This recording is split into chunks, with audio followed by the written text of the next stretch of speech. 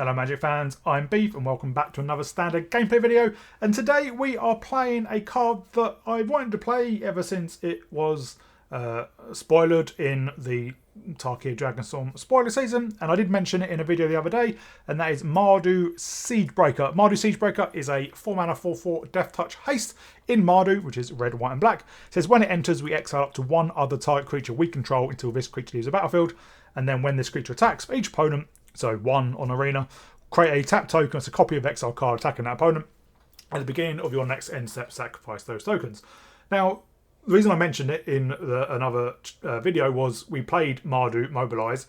Mobilize is the Mardu mechanic in Dragonstorm, and it says when a creature Mobilize attacks, you create a number of 1/1 soldier tokens equal to the Mobilize value, so 1, 2, 3, etc. Taps an attack in and sacrifice from the beginning of your end step. And the reason I mention a Siegebreaker is Siegebreaker doesn't work with Mobilize.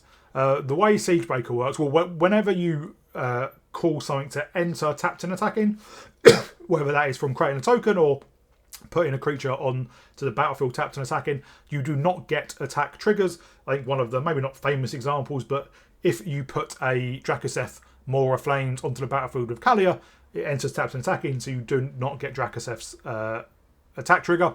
Same with Siegebreaker, you would not get the Mobilize trigger, which I find odd for a Mardu card which has Mardu in the name, doesn't synergize with the Mardu mechanic. But anyway, doesn't mean it's necessarily bad. So how do we play this card? Well, one, we can use it to abuse ETBs. We can use it for on hit triggers, or we can use it for technically leave the battlefield triggers as well, but we're not playing any of those. So what we are playing is, if you remember, the Prototype cards. So Prototype is a mechanic from, I think, the Brothers War, which is somehow still in Standard. Basically, all these creatures are colourless and quite expensive, but they have a cheaper cost, which makes them coloured. So in case of Combat Thresher, you can pay 7 for a 3/3 double strike, and when it enters, draw a card. But you can prototype it for 3, and it comes down as white, and it's a 1/1, but it has the same abilities. Same with Phyrexian Fleshgorger, 7 mana 7/5 Menace lifelink with ward, pay life equal to this creature's power, or you can pay 3 and it's black, and it's a 3/3 with the same abilities. So if we get one of these down on turn 3, which both their prototype costs are 3 mana, and then turn 4 play the Siegebreaker, we can exile one of these, attack with a Siegebreaker because it has haste, and then create a token of one of these. And because we've basically created a token of these, it will be the full powered one, so a 7/5 or a 3/3. And then if our opponent removes a Siegebreaker and we get our card back into play, then it will also be the fully powered version, which is quite bonkers. Now, there are other prototype cards, but the white one, Still Seraph, which is a very, very good card, it has a beginning of combat trigger, so it wouldn't work with Siegebreaker because we'd exile a Still Seraph and the token we create would be after beginning of combat. The red one, Skitter Beam Battalion, has a when it enters if you cast it trigger, and again we wouldn't cast it with the Siegebreaker. We wouldn't get it, and there are other green ones as well. So, but they're not as good. These are the main ones, and Combat Thresher drawing you a card, and the Fleshgorger being huge is just really, really good. So, rounding out the cards we want to copy basically with Siegebreaker, we have one copy of Sheoldred, not Sheoldred the Apocalypse. This is the other one from Phyrexian one, Domino, I can't remember what set that is, but it's a 5 mana 4/5 menace. When it enters, each opponent sacrifice a non-token creature or planeswalker of their choice. So obviously it enters, they sack a creature or planeswalker, then if we copy it with the Siegebreaker, we get it enter triggers again, and it's a 4/5 menace. Then you can also pay 5, exile it, return it as the True Scriptures. Only activate owns a sorcery, and if an opponent has 8 or more cards in their graveyard. That is, we've not done that, but in theory, you could get the token and then pay the 5 during your second main phase before you sack it, but yeah, I don't think that's going to happen. We also have one copy of Archfiend of the Dross. It doesn't have like an enter or ability, but it's 4 mana 6/6 flyer, and obviously it enters with 4 aura counters on it, and once we remove the last aura counter, we lose the game, and beginning of each upkeep, we move an aura counter. Basically, the copying it with the Siegebreaker gets around it, because we'd exile this one, a new one would enter with 4 counters on it, we hit him for 6, and then we just sacrifice that token, so we don't have to worry about the the oil counter shenanigans. We have one copy of Lauren as well, just in case we're up against opponents that have a lot of artifacts and enchantments, and we can use it to draw a card, because each time it enters with Siegebreaker, we can destroy a artifact or enchantment. One copy of Severance Priest, another new card, which acts a bit like, it's the look at your opponent's hand, exile a card. So it's a 3 mana, 3/3, Death Touch. When it enters, look like a opponent reveals a hand. We choose a non-land card from it if we do exile the card. And then when this creature leaves the battlefield, the exile card's owner creates an XX white spirit creature token, where X is the mana value of the exile card. So they don't get the card back, but they do get something onto the battlefield, which can be quite big depending on what you steal. But obviously, if we cast this, remove something, exile it with Siegebreaker, they get a token, then we attack. We get into the hand again, and then they create another token when we sack it. So it can give our opponent some stuff. And then we have, finally, Skirmish Rhino, well, semi-finally, which is a baby Siege Rhino. Siege Rhino is a very popular card from the original Tarkir sets. This is a 3 mana, 3/4 in Abzan with Trample. When it enters, each opponent loses 2 life, and you gain 2 life. Siege Rhino is an extra mana. It's a 4/5 and it does 3 and we gain 3. So this is literally a smaller version. And again, getting that ETB trigger with the Siegebreaker is very, very powerful. And then we also do have Glisser. Again, Glisser doesn't have an ETB, but it has a very powerful when you deal combat damage to a player trigger. So it's a 3 mana, 3/3 first strike Death Touch, and when you deal combat damage to a player, well, Glisser does, you choose one, draw a card, lose a life, destroy target enchantment, remove up to 3 counters from target permanent. Draw a card and lose a life is one we go for most often. But sometimes if we need to destroy a troublesome enchantment, we can do that as well.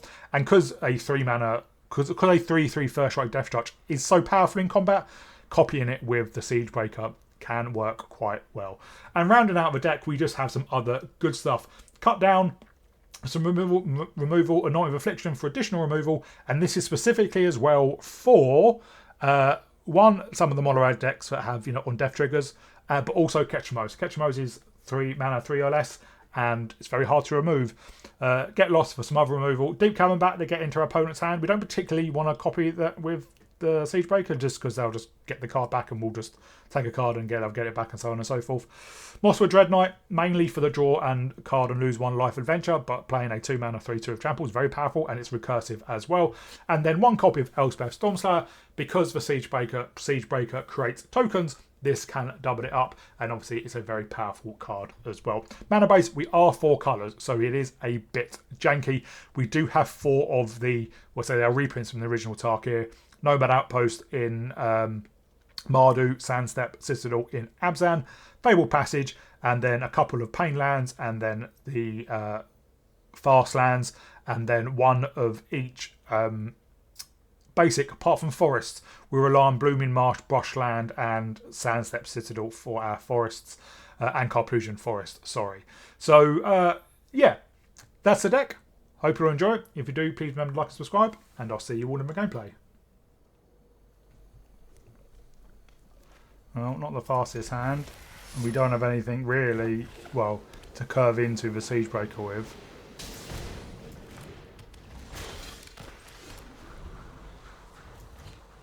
And we don't have any removal for their pirates, which are going to be very big. I feel like I've already played this guy today.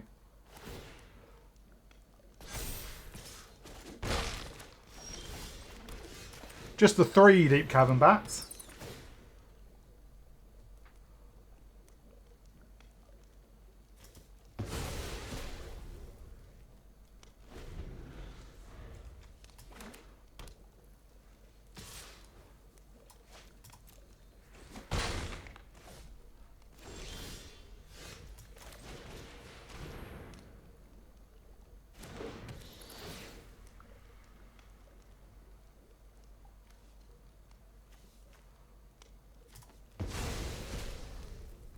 Take their Monstrous Rage.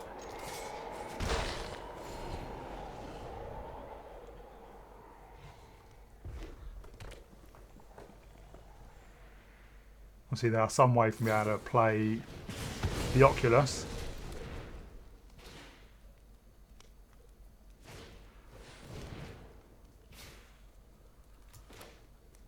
Little do they know, we have another Deep Cavern Bat.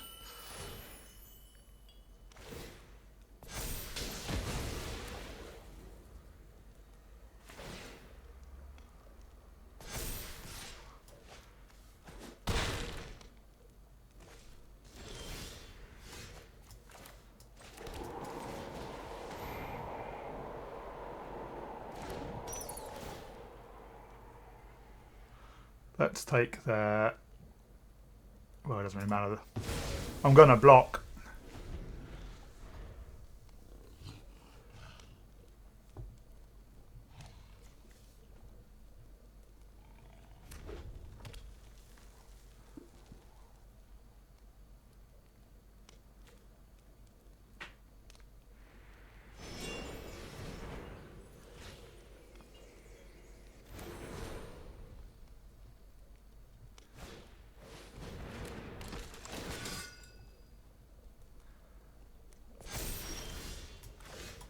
Well, let's shoulder it then.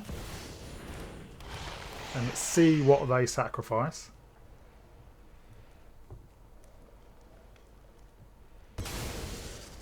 They sacrifice Inti.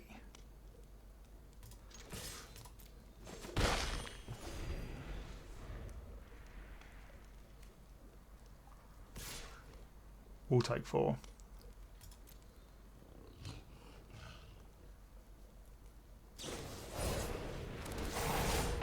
Or 7. But now...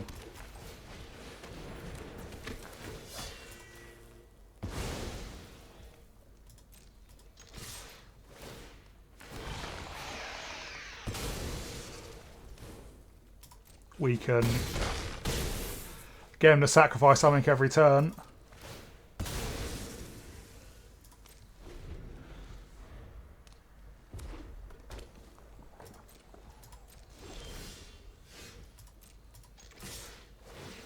And yeah, that's lethal.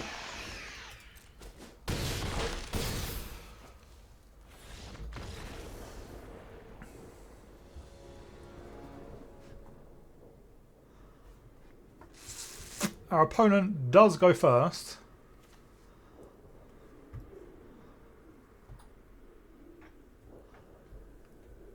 We don't have any basic forests, so we will need to draw a green source for Skirmish Rhino.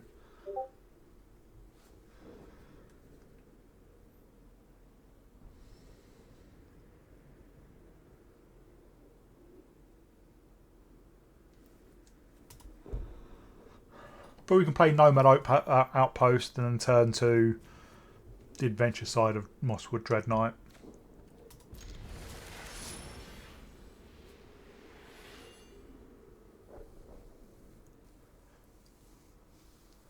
And then probably Fable Passage for a second white source.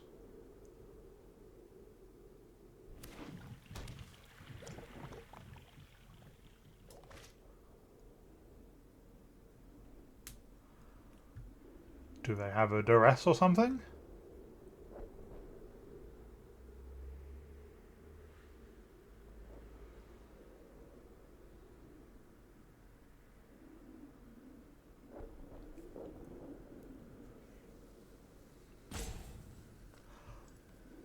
They have a 1-drop.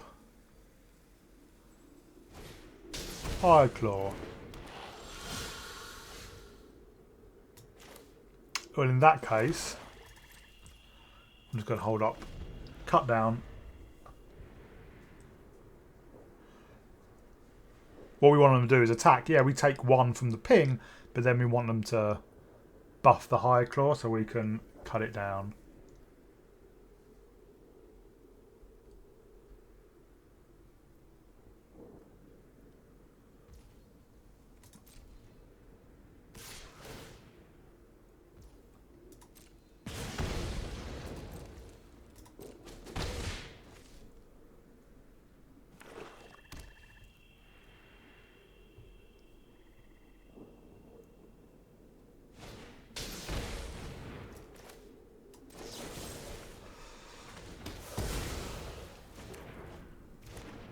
They do get to... Oh yeah, because they played it obviously after the second main phase. Yeah.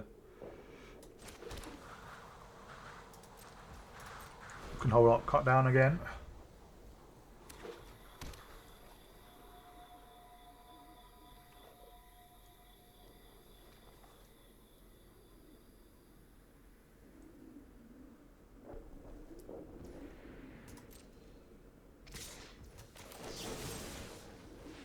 They might have Scales of Shale, which think is indestructible and lifelink.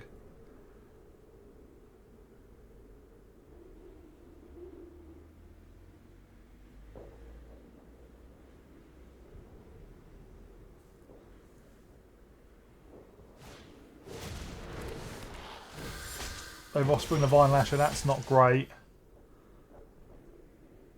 Or Fleshgorger is not bad.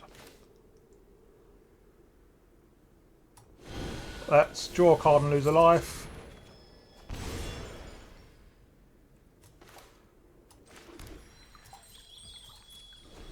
And we fetch a mountain with Fable Passage.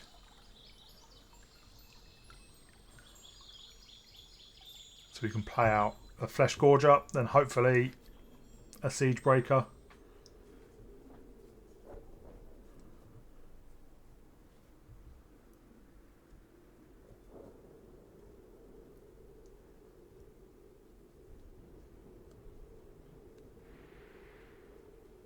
We could get a second white source. Well, with one of the failed passages.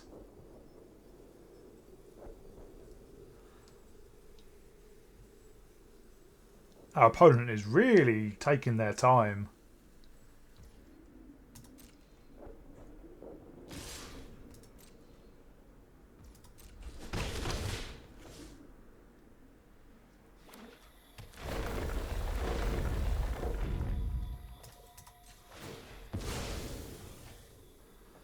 Let's fetch our land.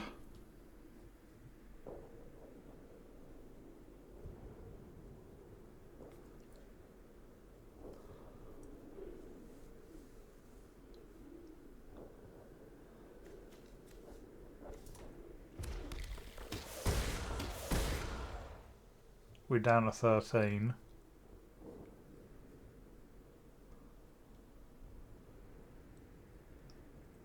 I don't know what's taking our opponent so long.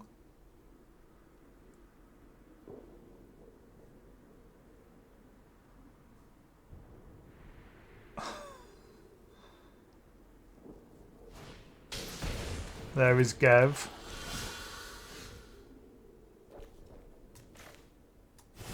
Well, let's get down the Fleshgorger. And then let's get down the outpost.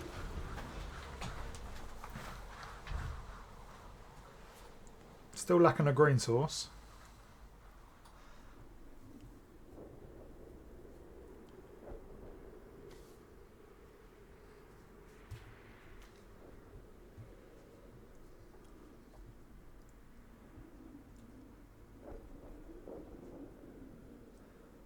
Do they have removal? Looks like they do.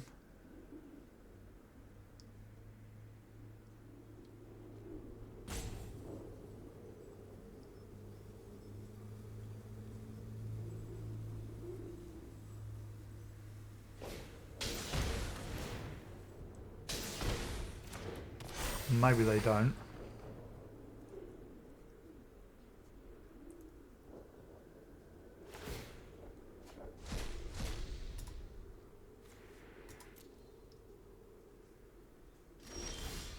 Well, we found a green source.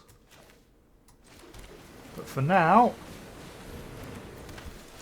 we Siegebreaker, exile the Fleshgorger, attack with both. Well, attack with the Siegebreaker and get a 7/5 Menace Lifelinker.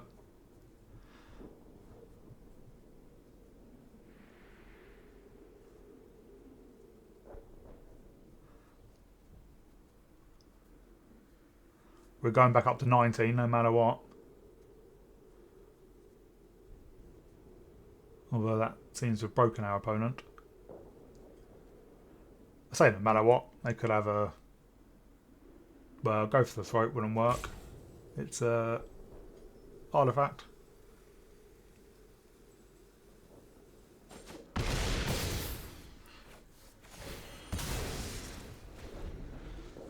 They take it. Next turn we can get an Elsbeth and double up the triggers.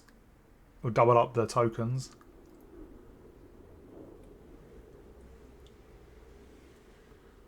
And obviously if they remove the Siegebreaker, we do just get a 7/5er.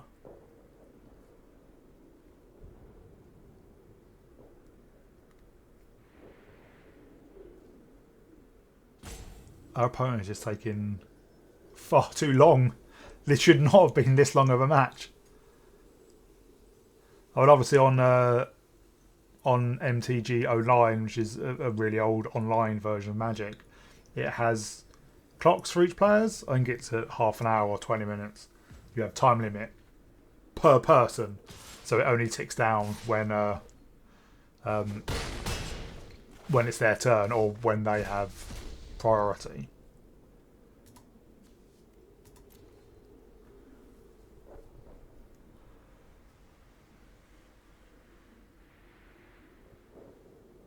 Like, why didn't they attack with Divine Lashes?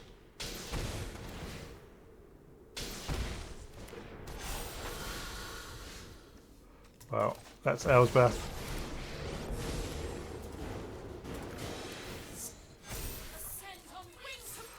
Let's put our Siegebreaker into the air and attack with 2 7/5 lifelinks. At least our opponent didn't rope or scoop on it, but they did take a long time. Well, at least we can turn 1 duress. We just need to draw lands.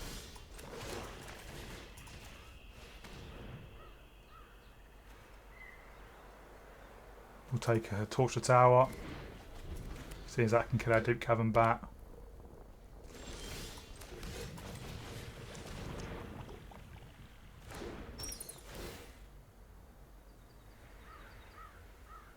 Take Terror of the Peaks.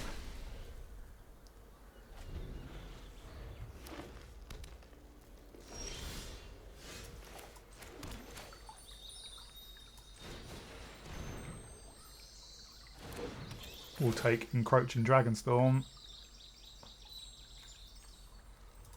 Because then Severance Priest can take...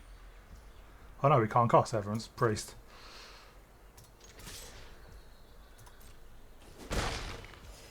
Unless we draw a green source.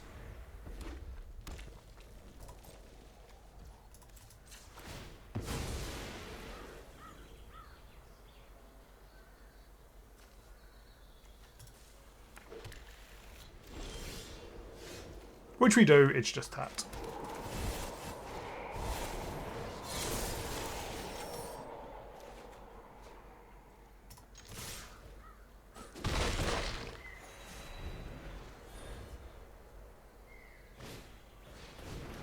Beans.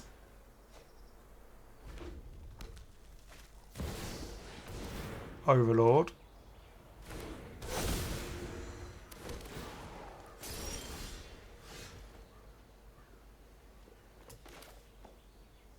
So I think I'm going to play the Severance Priest and take their Smuggler Surprise.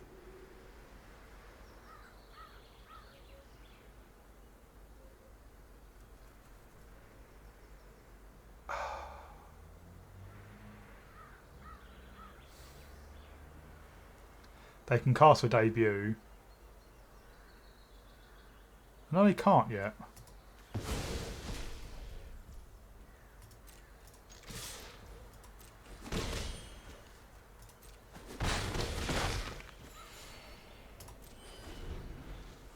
And next turn we can Siegebreaker the Severance Priest. Or maybe we just Siegebreaker the Thresher.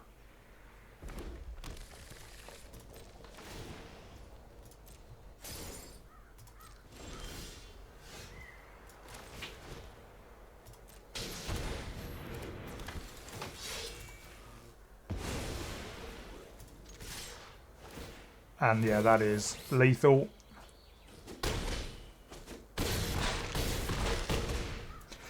Well, our opponent didn't really do much at all there. Well, we'll give this one a go.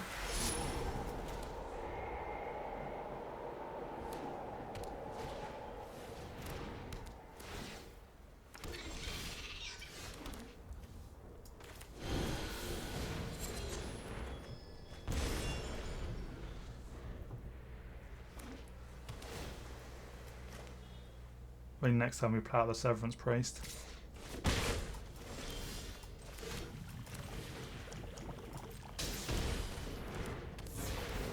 See what they're mucking about with.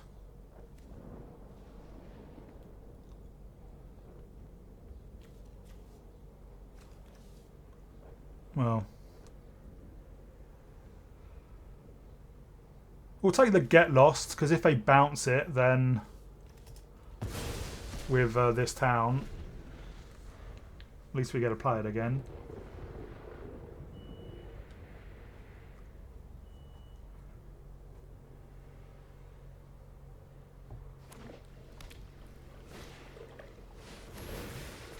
They just stock up.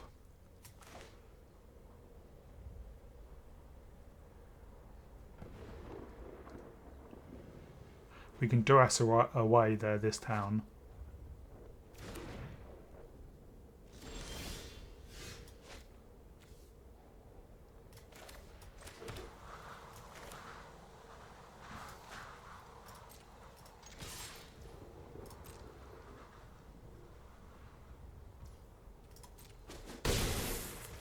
Which is what we'll do. See what they got with stock up. No more lies, and this town ain't big enough.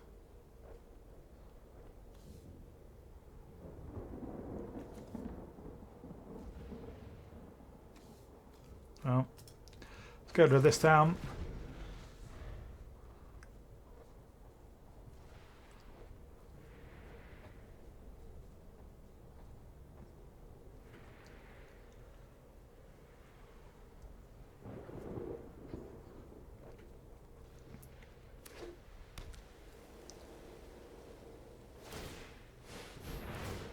Guessing they just get stock up back. I know this town.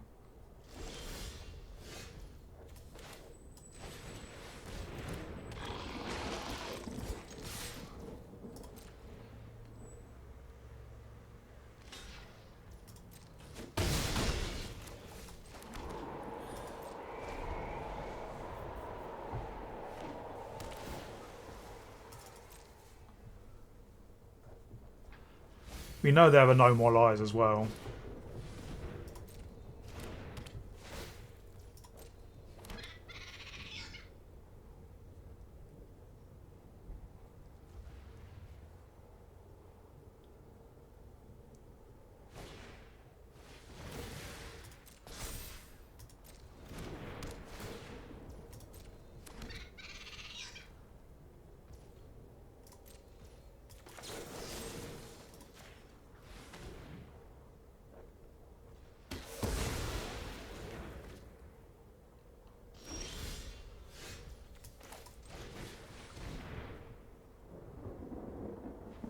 They no more lies this?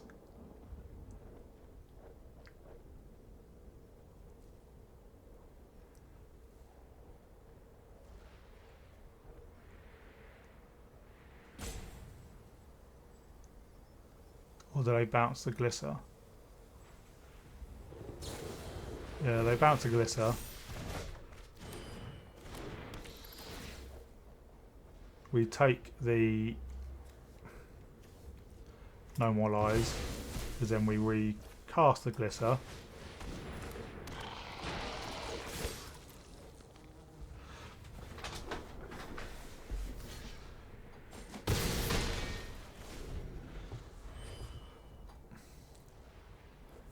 So you can level up the talent to get no more lies back.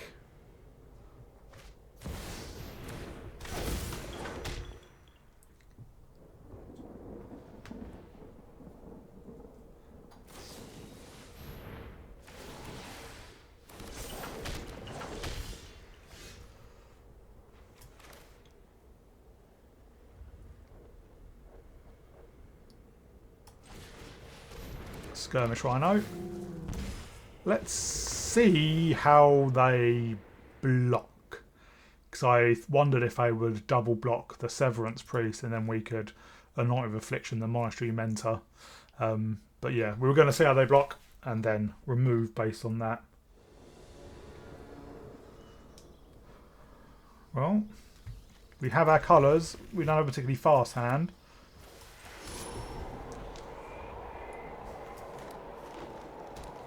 Maybe we'll see a Siegebreaker to this game.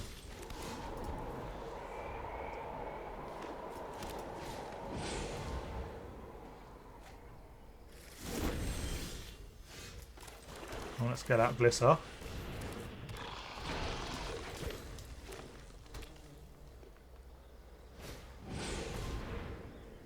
They are ramping a lot.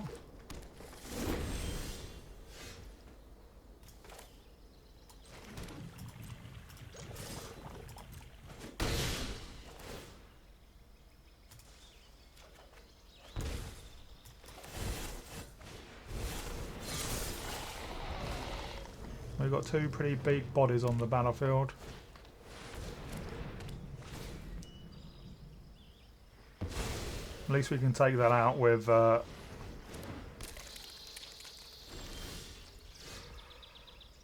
Lauren.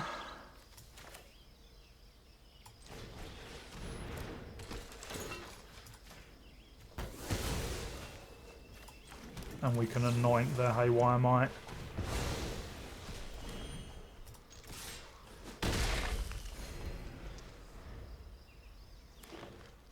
This is a nuking deck, obviously.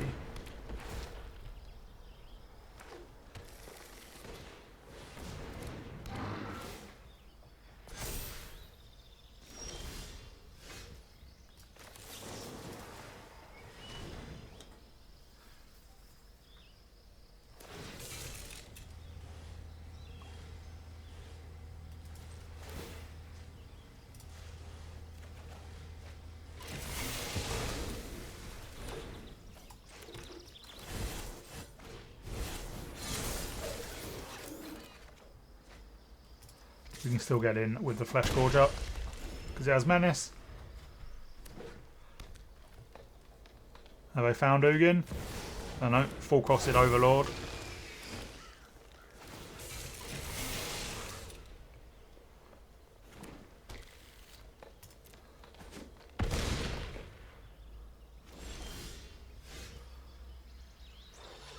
How many lands do we have? Only 6. Well, let's 4, 7. Yeah, this is lethal.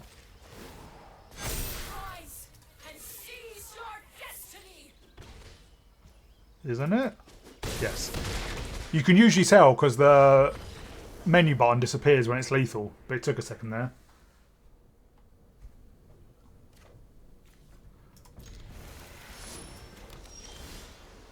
Well, we technically have all our colours.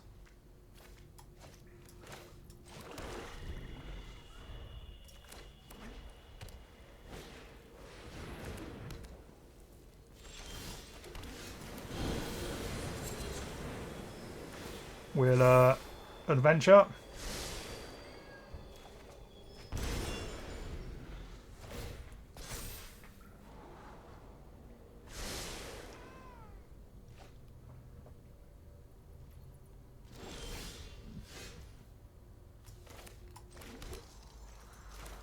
Well,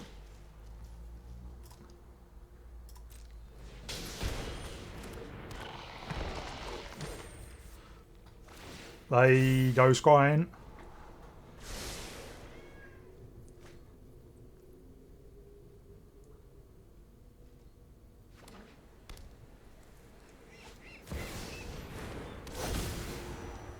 Well, I think we need to play Lauren now.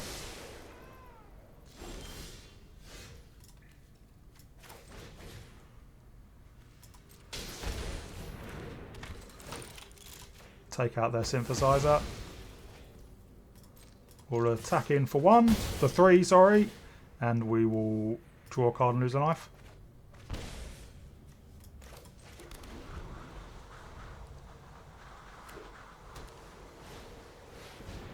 Don't hit another synthesizer.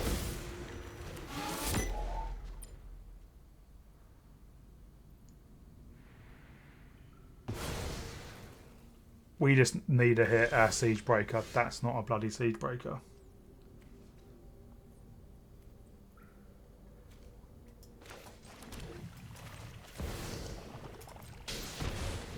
Let's get Elspeth out.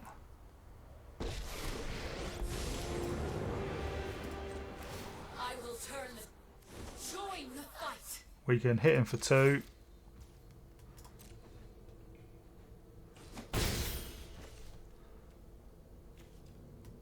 And we can draw at the end of their turn.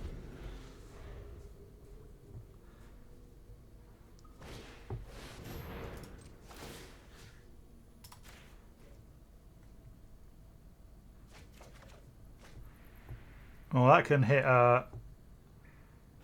any creatures they hit.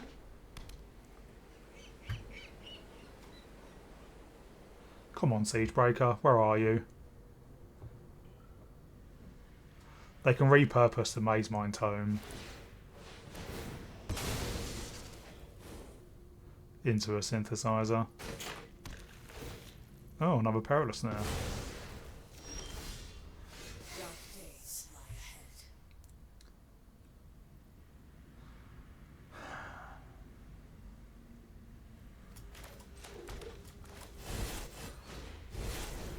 Draw another card. May as well play out the Dread Knight. Hit in.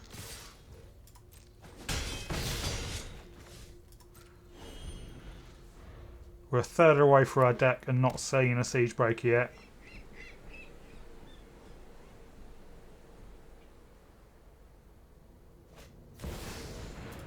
There is a synthesizer.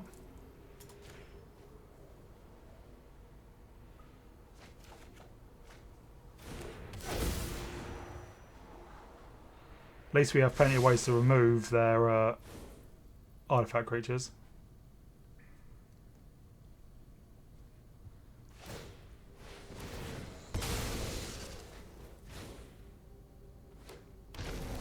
That's a very odd choice. Oh, okay. They had the mana for it.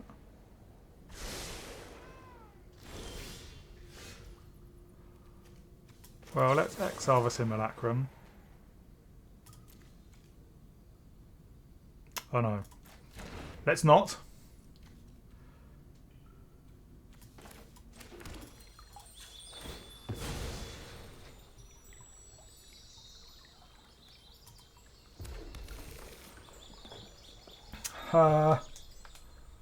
Let's Sheoldred.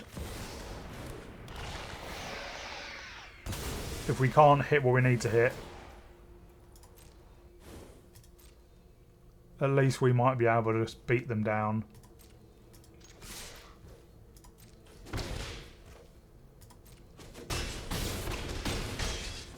They're down to 2.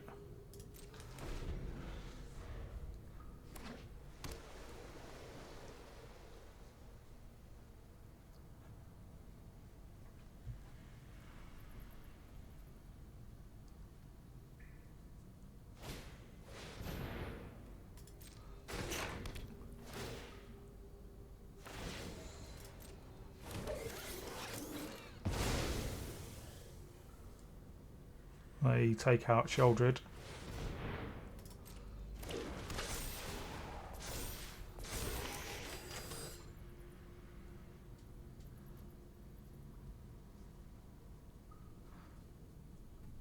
I don't think they have enough anyway.